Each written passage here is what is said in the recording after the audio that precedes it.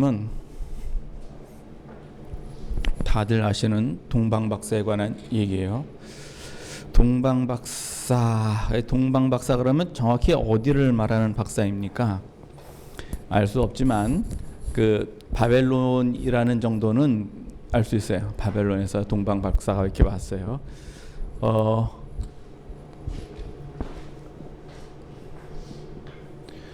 여기가 예루살렘이고 여기가 갈릴리 지역이에요. 갈릴리 지역. 하란이 여기 있고 다메섹이 여기 있고 바벨론은 한 이쯤 있어요. 이쯤 있어요. 바벨론의 그 박사들 그랬으니까 여기서 말하는 박사는 정확히 누구를 말하냐면은 별을 보고 점을 치는 점성술사들 말하는 거예요. 점성술사들. 그래서 그 실제로 다니엘도 이 지역에 포로로 잡혀갔었을 때 다니엘도 누구예요? 박사예요. 네, 다니엘도 박사. 그래서 박사가 왜 필요하냐? 미래를 알아야 될 거 아닙니까? 그래가지고 통치자들은요, 그 뒤에 누가 있냐면 다 점치는 사람들이 다 있어요. 다 점치는 사람들이. 그래서 용하다 그럼 누가 찾아와요?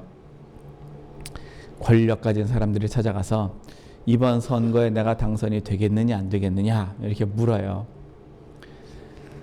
그럼 당선이 안 될 것 같으면은 뭐 해야 돼요? 부적을 사야지, 뭐 구슬하든지. 그러니까 그런 거 하는 사람들이 박사인데 이 박사들은 그 뭐를 보고 얘기를 하냐면 별을 봐요. 별. 왜 별을 봅니까? 하나님께서 해달 별에다가 일자와 기한과 시사와 징조를 갖다가 거기다가 다 담으셨어요. 그래가지고 별을 보면은요, 뭐 좀 알아요. 뭐 좀 알아. 그래가지고 옛날에 그 유명하다고 하는 그 제갈량도 별 보고 알았어요. 그 제갈량이 섬기는 종교가 하나 있었는데 그게 뭐냐면은 칠성이에요. 칠성. 북두 칠성. 그래서 우리나라에 그 칠성 쓰는 별이 있잖아요. 그 칠성 쓰는 회사가 있잖아요. 뭐 하는 회사예요? 사이다 회사. 또 삼성이 묘성이요.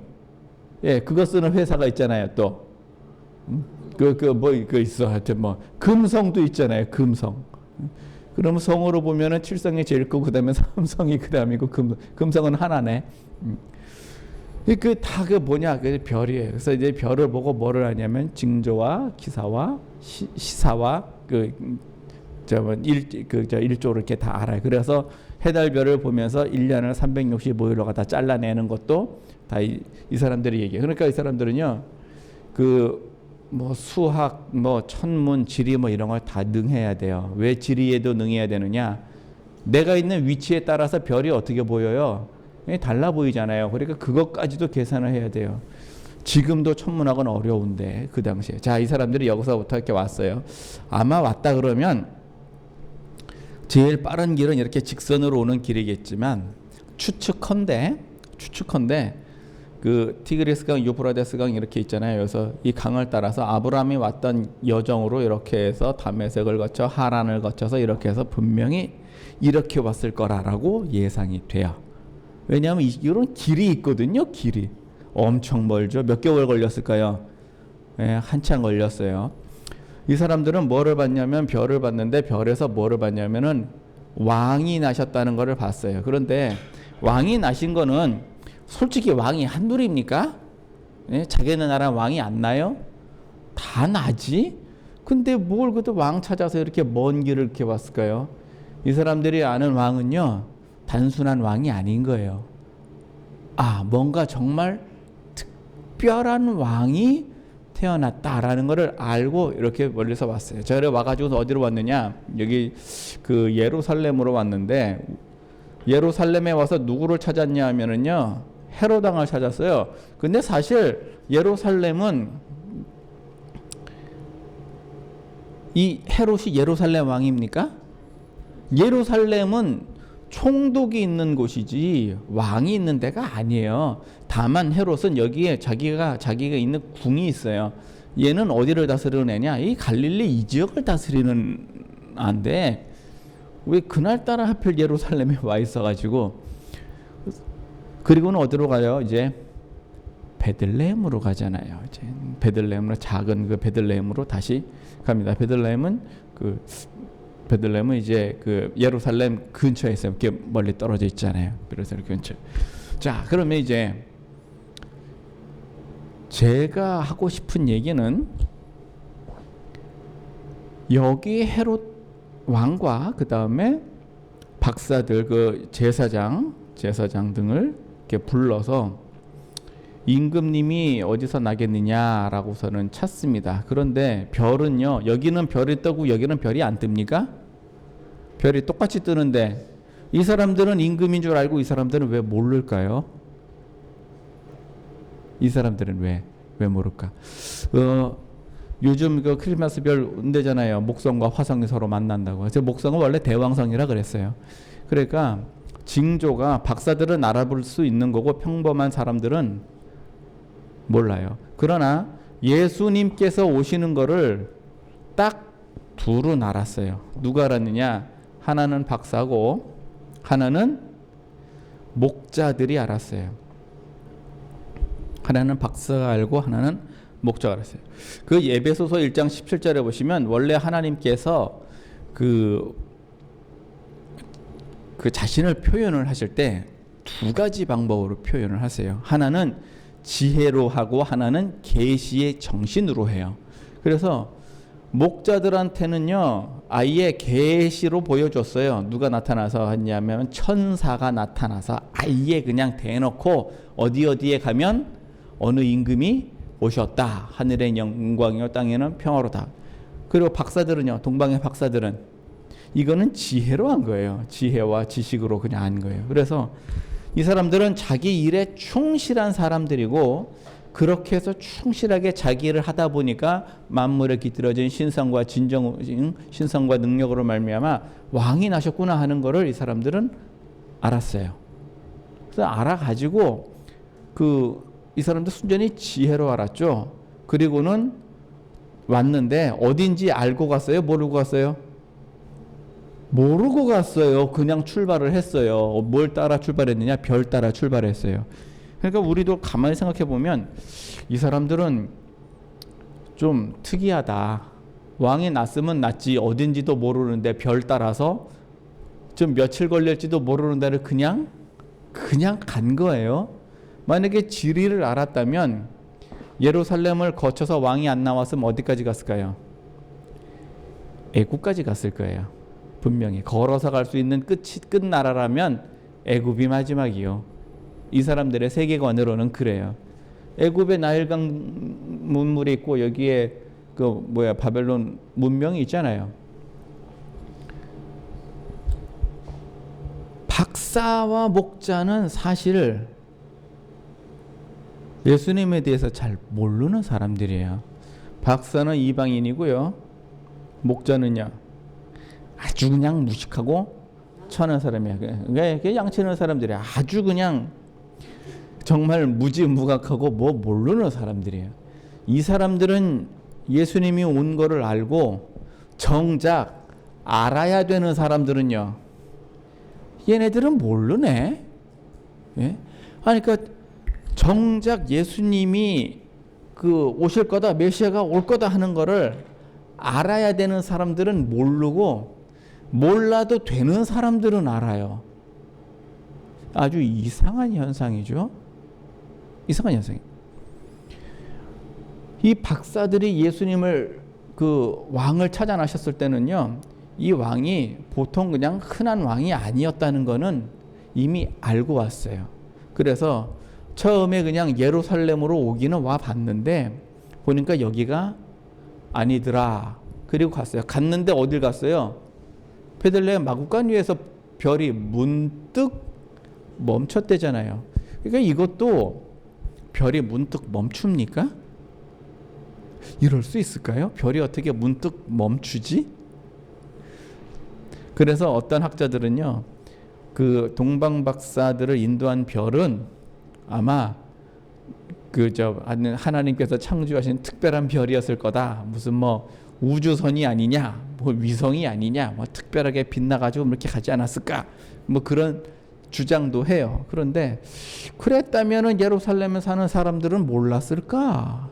그런 추측도 하고. 어쨌거나 지금 이 박사들은 예수님이 특별한 임금이라는 것을 이미 감 잡았어요. 그래가지고서는 올 때 뭘 준비했냐면은 예물도 준비를 했어요. 황금과 유향과 몰약을 준비했어요.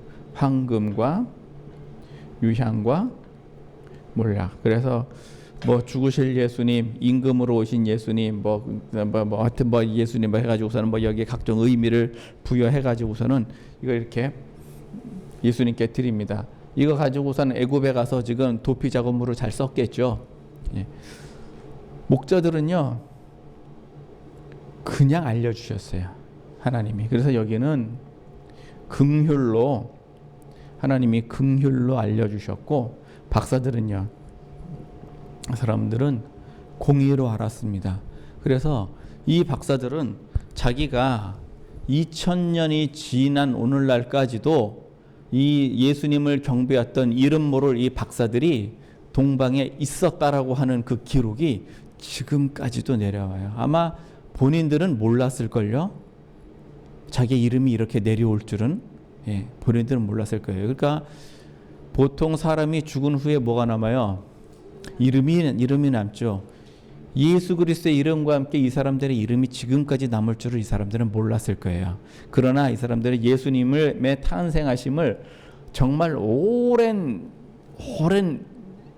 그 시간을 걷고 걸어서 와가지고서는 했고, 긍휼로 받은 사람들은 그냥 왕이 나셨다. 그리고 예루살렘에 가서 그 마국간에 가서 예수님을 보고 경배하고 돌아와죠.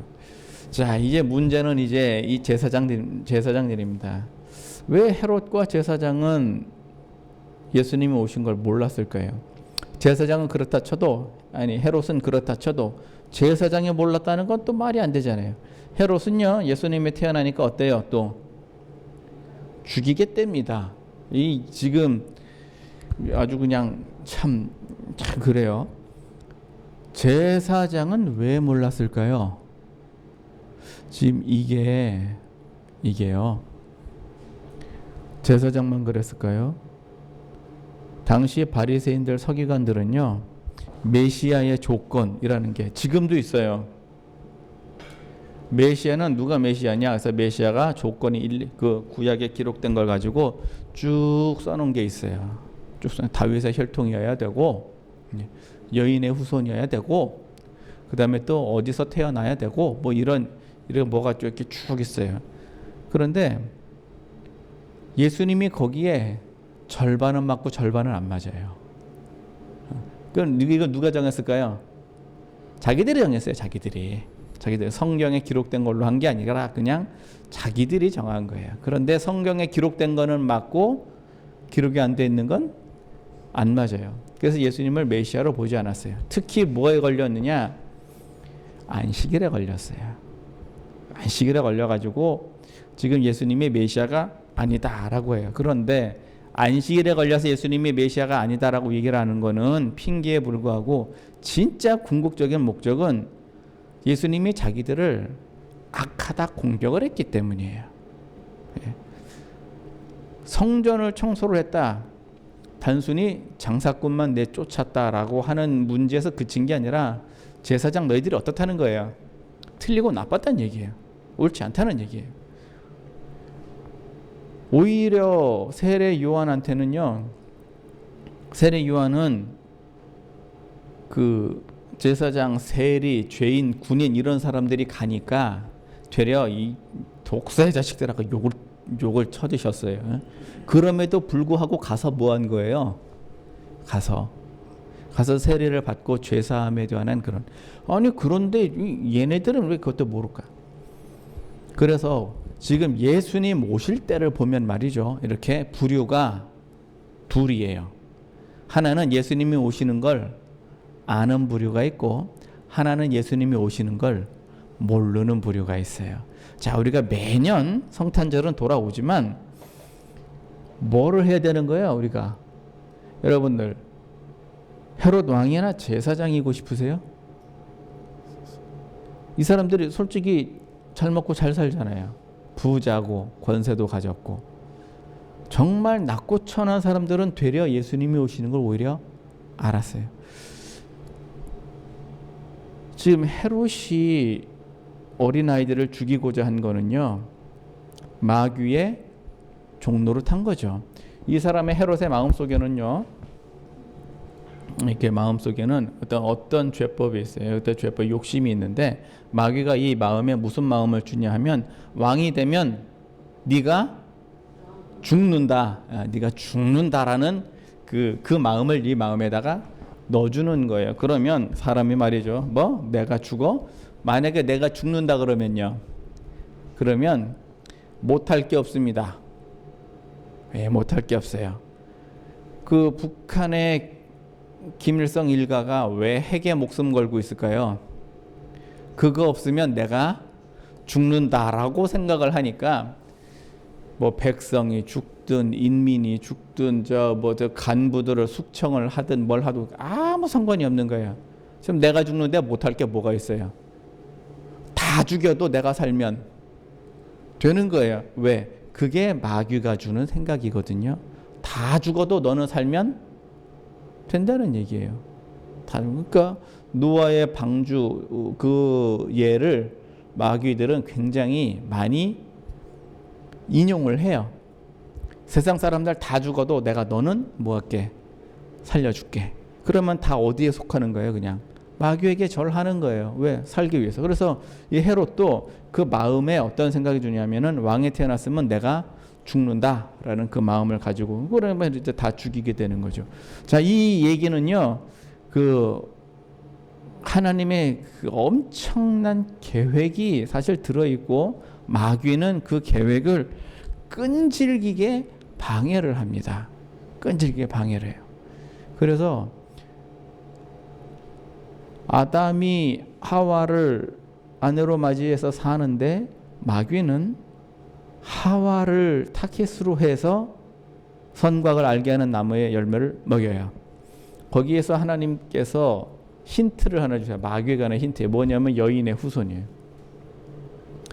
여인의 후손이 마귀의 머리를요, 머리를, 그다음 마귀는요, 발꿈치를, 발꿈치야 뭐 그냥 물 수도 있는 그 물어봤자, 자 이제 머리를.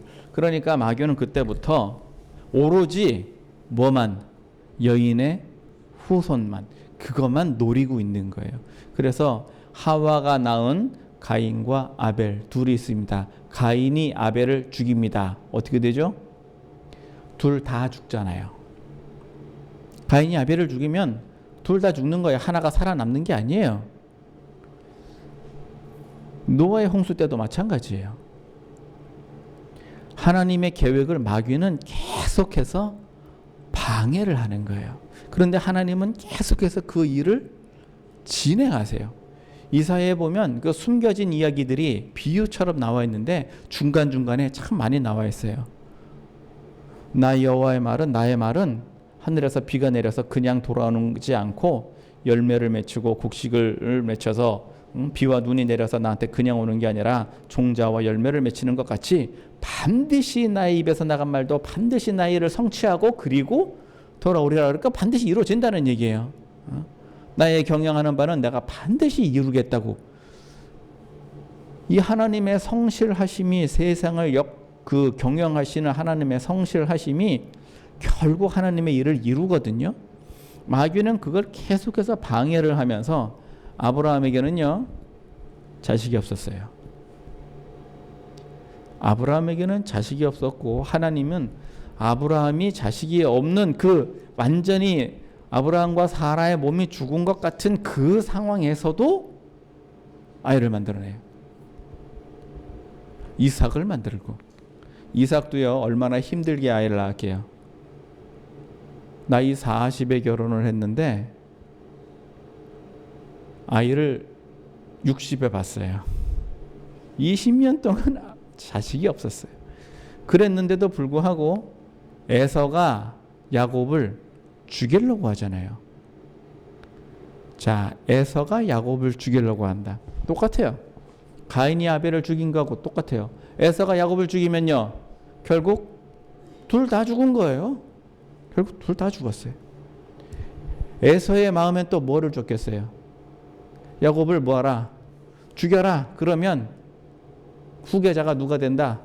내가 된다. 어차피 후계자는 내가 된다. 아니 가만히 있어도 지가 후계자가 될 수 있는데 왜 굳이 나서 가지고서는 축복을 뺏어갔다. 축복을 뺏어갔다. 여러분들 봐봐요. 내가 복받을 그릇이 아닌데 쟤 때문에 축복을 뺏긴 겁니까? 이거 우리가 이 착각을 하는 거야. 내가 복받을 그릇이면 하나님이 복이 하나밖에 없어요. 누구 주면 나는 못 주게? 그게 아닌데 왜 그렇게 생각했을까요? 이게 마귀가 주는 생각에 마음이 뭐 하는 거예요 지금? 그게 잡히는 거예요. 그러면 내가 그 생각을 하면 정말 내가 그런 줄 알아. 그런 게 아니고 내가 그릇이 되면 돼요. 그러면 아버지가 속아가지고 야곱에게 복을 이렇게 했어요. 그럼 나는 누구한테 빌면 돼요? 하나님한테 빌면 될 거 아니야. 그건 뭐 그렇게 어려운 일이라고. 그러나 마귀의 마음은요, 야곱을 죽여라. 그게요, 여자의 후손과 관련이 있는 얘기라니까요. 절대 무관한 얘기가 아니에요. 성경에 그렇다고 얘기하지는 않아요. 그러나 하나님의 그 장구한 역사를 한번 보시라고요. 하나님은 광대하신 분이라 우리가 인생 100년 살아가지고 볼 수 있는 하나님이 아니에요. 그 긴 역사 속에서 하나님이 여자의 후손을 나게 하시기까지 얼마나 성실하게 세상을 경영하셨는지, 그렇게 해서 야곱은 아이를 12를 낳고 또 요셉을 잃어버리고, 요셉은 어디로 가요? 애굽에서 큰 민족을 이루고 그 이룬 민족을 다시 가나안으로 데리고 오고, 요셉이 왜 팔려가야 됩니까? 안 팔려가고 거기에 있었으면은요, 가나안에서 그냥 큰 민족을 이루면 될 거 아니에요. 뭐 굳이 애굽에 가서 다시 10가지 재앙을 들이치고 왜 나오고 왜 광야에서 40년을 뱅뱅 돌리고 왜 가나안에 정복 전쟁을 하고 왜 그래야 돼요? 애굽에 내려간 게 문제였어요. 처음부터 안 갔으면 되는데. 그런데 형제들이 어때요? 형들이 뭐 팔아버렸잖아요. 이게 여인의 후손과 절대 무관한 얘기가 아니라니까요. 이렇게 해서 마귀는 예수님이 오시는 것을 절대적으로 방해를 하고 그리고 결국 헤롯은 아이들까지 죽이고, 그럼에도 불구하고 예수님이 오시니까 마귀는 끝까지 뭐 하는 거예요? 예수님을 죽이기까지 하죠. 하나님의 역사를 계속해서 방해를 해요.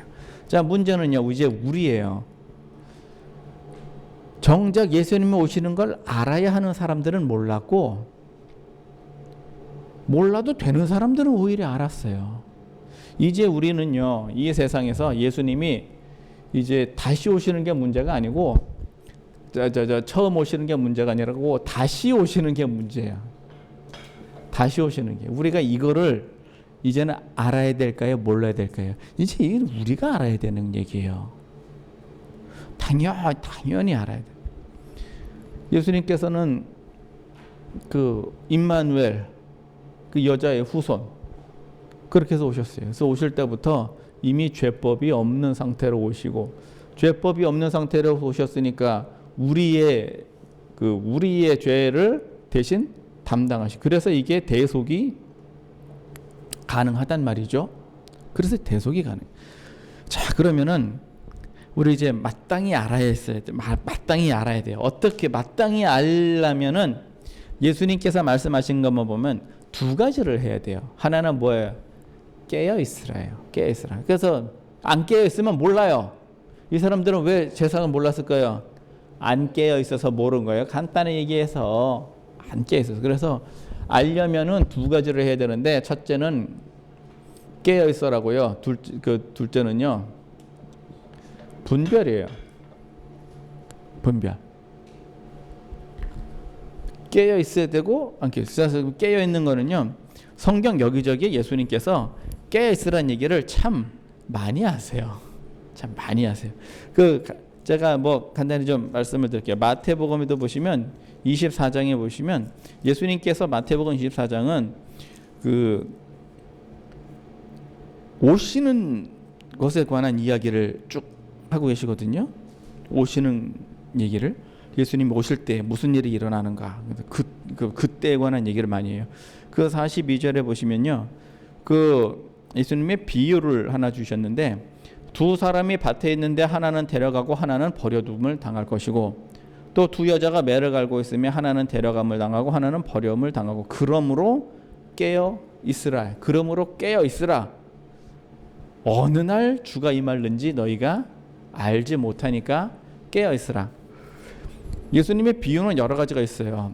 주인이 혼인집에 잔치집에 갔어요. 남의 혼인집에 갔어요. 혼인집에 갔는데 보통 이제 한국은 낮에 하지만 거기 밤에 하잖아요. 그러니까 저녁 때까지 뭐 하는 거예요? 늦게까지 마시고 놀다 와요. 그러니까 종이 언제 주인이 올지 몰라요. 그러다 보니까 집 앞에 있어서 뭐 하고 있어야 되는 거예요? 불 켜고 주인을 기다리고 있어야 돼요. 주인이 늦게 온다고 종이 자버리면 혼나겠죠? 네, 그 비유를 줘요. 그래서 깨어 있으라, 깨어 있으라. 누가복음에는요, 주인이 이제 멀리 갔는데 청지기가 주인이 더디 올 줄 알고 술 친구들과 함께 더불어 먹고 마시며 동무 종들을 주어 팼어요. 때렸어요. 그러면 주인이 와가지고 어떻게 하겠어요? 이 종을. 지금 여기서 말하는 종은요, 성도들을 얘기하는 걸까요? 아니면 목회자들을 얘기하는 걸까요? 목회자들을 얘기하는 거죠. 목회자. 오죽하면 베드로가 예수님한테 묻잖아요. 이 비유는 저들에게 하심입니까? 아니면 우리한테 하시는 얘기입니까? 라고 되려 베드로가 예수님께 물어요. 누구에게 하는 얘기일까요? 깨어 있어야 되는 거는요, 목사님들이 우선 지금 깨어 있어야 돼요. 그래서 언제 오시는지 알아야 돼요? 몰라야 돼요? 알아야 되죠. 당연히. 그럼 뭐 질문이라고? 당연히 알아야 돼요. 마태복음 25장 13절도 보시면은요, 깨어 있으라, 깨어 있으라. 너희는 그날과 그 시를 알지 못하느니라. 이건 여기에서는 어떤 비유를 하셨냐면 열처녀 비유가 있어요. 하나는 5처녀, 하나는 5처녀. 기름을 준비한 5처녀와 등만 준비한 5처녀. 이렇게 둘이 있어요. 그러다가 예수님이 늦게 오시니까 뭐였어요? 또 잤어. 잤는데 예수님이 뭐라 하더니 그 사이에 기름이 부족하니까 어떻게 된 거예요? 기름 사러 간 사이에 예수님 신랑 가버렸어요. 기회는 딱 한 번이라고요. 천국문이 딱 닫히면요, 그 다음에는요 안 열어주십니다. 딱 한 번 닫히면 안 열어주세요. 그래서 언제 닫히느냐? 우리가 인 맞으면요. 예수님께서 그 계시록에 5번째인 6번째인 이렇게 넘어가면서 인치셔요. 인치시는 작업이 끝나버리면 그럼 끝나요. 그때는 끝납니다. 그러면 구원 받을 사람과 안 받을 사람이 모아지는 거예요. 그냥 딱 이제 갈라지는 거예요. 그래서 구원이 안 된 사람들은요, 생명책에 기록이 안 된 사람은 전부 다 표를 받는 됩니다. 그러면 우리는 이걸 뒤집어서 얘기하면 표를 받으면 구원이 없다는 얘기죠. 예, 생명책에 기록이 안 됐으니까. 이게 심각한 이런 문제였어요. 여기저기 많아요. 마가복음도요. 마가복음 13장에도 보시면은요.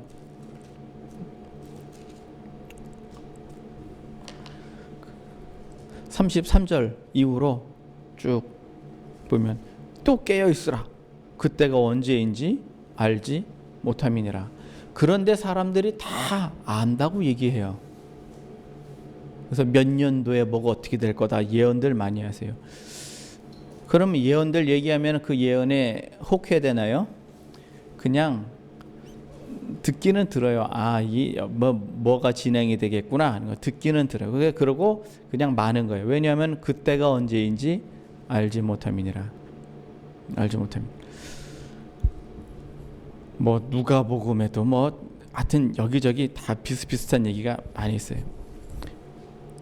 우리가 깨어 있으려면은요, 이걸 깨어 있다는 거를 뭘 가지고 깨어 있다고 얘기를 해야 돼요? 뭘 가지고요? 우선 기본적으로다가 잠잔다 그러면 우리는 성경에서 예수님께서 잔다 그러면 그거는 죽었다라고 보는 거예요. 죽었다로. 그래서 깨어 있다는 얘기는요, 우리가 기도와 말씀이 항상 뭐 하는 거예요? 그냥 항상 이거는 그야말로 항상 하루 쉬면은요. 그날은 자슈. 항상. 그래서 집에서도요 말씀을. 이게 항상이에요. 특히 요즘 같은 시대에 예배 참석하는 것도 고민을 하면 어떻게 해야 되죠? 예배 참석하는 것도 이거 정말 아주 그러니까 하나님께서 이 시대에 우리의 신앙을 뭐 하시는 거예요 지금?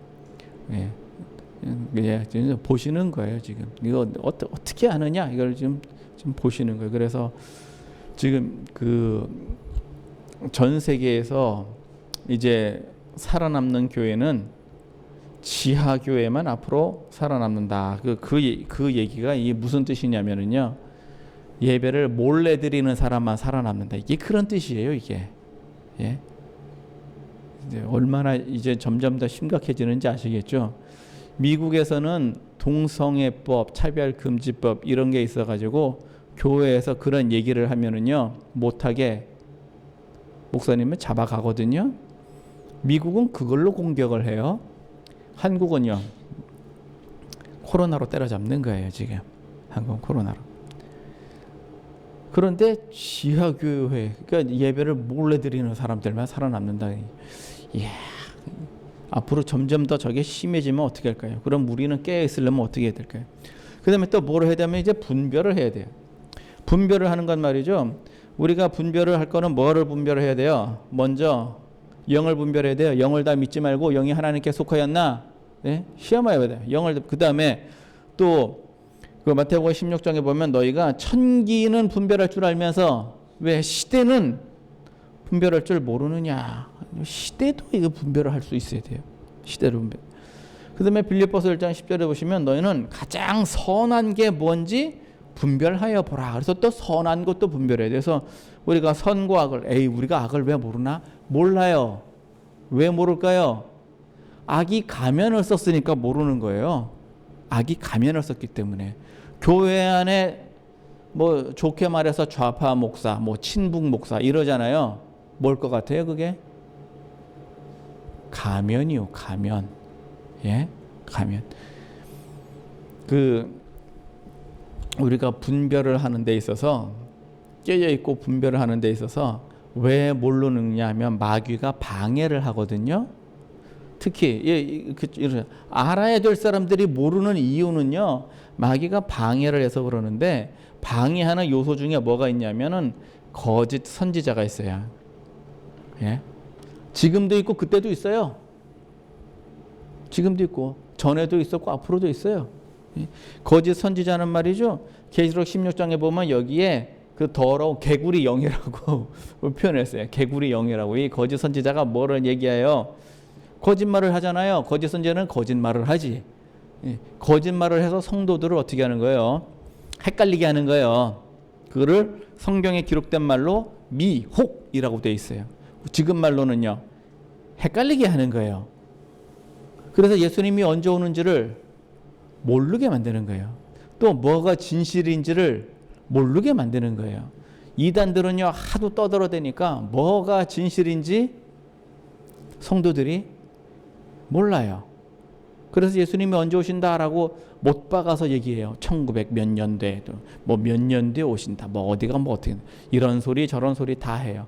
다 하는데 기록된 성경에 맞지 아니하면 몽땅 다 거짓말이에요. 그럼 그런 말을 하는 사람들은 몽땅 다 거짓 선지자인 거예요. 그래서 우리나라에서도요,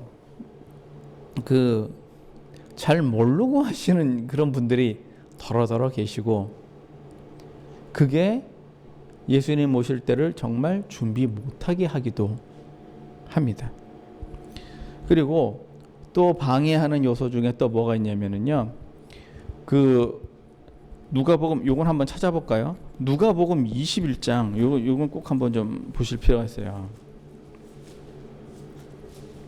누가복음 21장 34절이요. 예, 21장 34절 다 같이 한번 읽어보겠습니다. 시작. 너희는 스스로 조심하라. 그렇지 않으면 방탕함과 술 취함과 생활의 염려로 마음이 둔하여지고 뜻밖의 그날이 덕과 같이 너에게 임하리라. 36절까지 봅니다. 또 시작. 이날은 온 지구상에 거하는 모든 사람에게 임하리라. 그러므로 너희는 장차 올리 모든 일을 능히 피하고 인지 앞에 서도록 항상 기도하며 깨어 있으라 하시니라. 이 답이 여기 있네요. 네?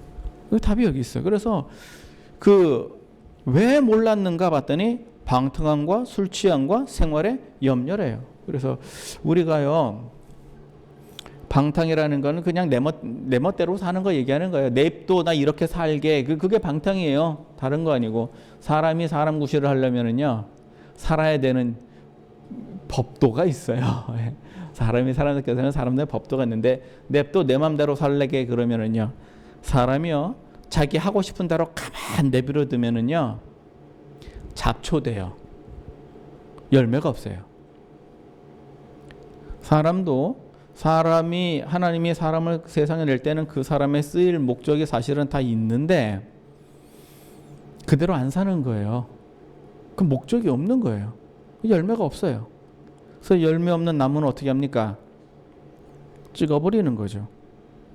그냥 찍는 거예요. 아무 필요가 없으니까. 그래서 방탕, 그냥 나 하고 싶은 대로 살아. 그냥 그렇게 사는 거. 그 다음에 술 취함, 그럼 모르죠. 특히 술에 취하면 잘 몰라요. 분별도 잘 안 되는데 뭐 현실 감각 없는데 뭐 어떻게 해요. 그 다음에 생활의 염려, 이것도 염려예요. 염려. 그러니까 우리가 염려는요, 이거 생활의 염려는 우리가 과거를 염려하는 거예요, 미래를 염려하는 거예요. 미래를 염려하는 거예요. 쉽게 말해서 아직 오지 않은 걸 염려를 하는 거예요. 우리나라에서 보험 막 해요. 그건 뭐 그냥 보험. 왜? 일어날지도 모르는 거에 관한 염려를 해요. 그런데 일어날 확률이 한 뭐 1%가 안 되는 일을 가지고서는 사람들이 불안에 떨면서 보험에 많이 들잖아요. 노후 대책. 이거 노후 대책 어떻게 해야 되죠? 노후 대책. 나 늙어지면 어떻게? 그러면 지금부터 뭐라도 해야 되는 거예요. 뭘 해야 될까요? 적금을 들어놔야 되나? 요즘 적금 들면 안 되는 거 아시죠? 화폐 가치가 또 떨어져 가지고 그 이상하게 아파트 올라, 주식 올라, 뭐 미국 주식도 올라, 뭐 왜 그런 현상이 날까요? 돈의 가치가 떨어져서 그런 거예요. 돈이 너무 많으니까 그냥 다른 물건들이 막 오르는 거예요. 이거를 아는 사람들은요, 현금 안 갖고 있어요. 왜? 화폐 가치가 떨어지니까 뭐라도 사놔야. 뭐라도 사놔야. 하다못해 뭐라도 사요. 하다못해 금이라도 사라 이거예요. 왜 금이라도 사냐면은 금 사갖고 별로 돈을 못 버니까 세금을 15%인가를 가져가니까 금을 사봐야 뭐 하는 거예요. 이게 오르려면 한참을 기다려야 되니까 별로 그것도 재미없어요. 그래서 부자들은 다 뭐 부동산 사는 거예요. 이 마당에. 이거 여담인데 독일에서 2차 세계대전 어쩌고저쩌고 하면서 돈 번 사람은 누가 돈을 벌었냐면요, 은행에서 빚을 내다가 부동산 산 사람들은요, 독일의 극심한 인플레이션이 와가지고서는 막 그냥 경제가 폭망했는데 그 사람들만 돈 벌었어요. 은행에서 빚 내가지고 부동산 산 사람들만. 역사적으로다가 돈이 폭망을 해가지고서, 그래가지고서는 어찌어찌 해가지고서는, 그러니까 빚 갚는 건 어때요? 쉽죠. 쉬워요. 왜? 돈이 폭망을 했으니까. 화폐 가치가 그냥 확 떨어져 버리니까 돈이 남아 돌아요. 그러니까 빚 갚는 건 쉬워. 뭐만 남았어요?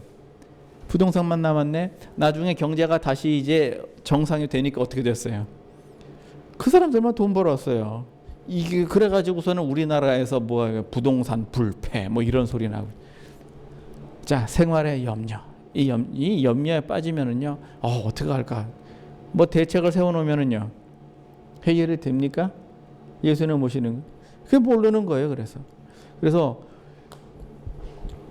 알아야 하는 사람들은 정작 모르고, 몰라도 되는 사람들은 예수님 모신 걸 알면, 지금 우리는 어떻게 해야 되느냐 이거예요. 매년 성탄절은 돌아오지만 우리는요, 깨어 분별하고 있을 때 영과 시대와 선한 것을 분별을 해야 돼요. 왜 모르느냐? 방탕하고 술 취하고 생활의 염려에 빠지면 몰라요. 또 거짓 선지자들 말. 그러니까 목회자들도 좀 성도들이 분별을 하면 좀 좋겠어요. 우리 목사는 못 믿겠다. 뭐 이런 근데 성도들도 몰라요. 왜 그럴까요? 성도들도 모르지. 목사님도 모르는데 성도도 모르지 뭐지. 성도들이 깨어있으면 얼마나 좋을까. 성도들이 깨어있잖아요. 그러면요 목회자들이 절대 거짓 선지자 역할을 못합니다. 했다가는 자기가 망할 테니까 뭐 그런 짓 하겠어요. 오늘 시 말씀은 결론이 깨어있어 분별하예요. 1번 깨어있자, 2번 분별하자. 그래서 시대도 분별하고 영도 분별하고 선한 것도 분별하고 하실 수 있으시겠죠? 성탄절은 매년 옵니다. 그 예수님께서 오신 이유가 다 있는데 그걸 왜 정작 왜 제사장들은 몰랐을까요? 그리고 오히려 엉뚱한 사람들만 알았어요. 우리라도 다시 오실 예수님을요, 우리라도 알아야 돼요. 언제 오느냐? 그건 모릅니다.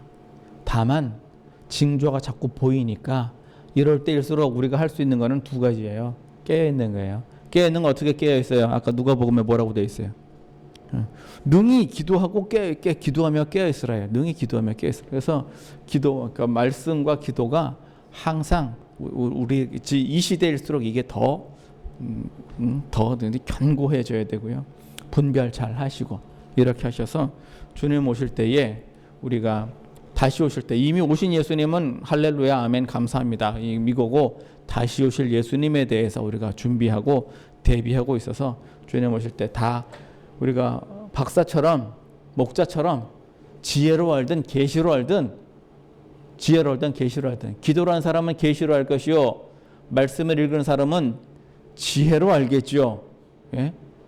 말씀과 기도를 같이 한 사람은 지혜와 계시로 다 알겠죠.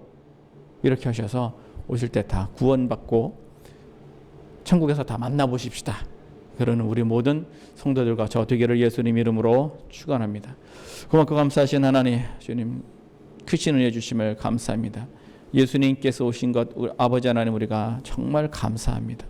우리를 구원하신 것 감사합니다. 우리가 감사에만 머물르지 않게 하시고 다시 오실 예수님의 길을 준비하게 하시고 이 시대에 우리가 능히 세상을 이기고 설 수 있도록 우리에게 담대함을 허락하여 주시옵시며 흔들리지 않는 반석 같은 믿음을 허락하여 주시옵소서. 아버지 하나님 크신 은혜 주시며 우리의 소망이 하늘에 있음을 우리가 삶에서 우리의 믿음을 증명하게 하여 주옵소서. 감사하고 예수님 이름으로 기도합니다. 아멘.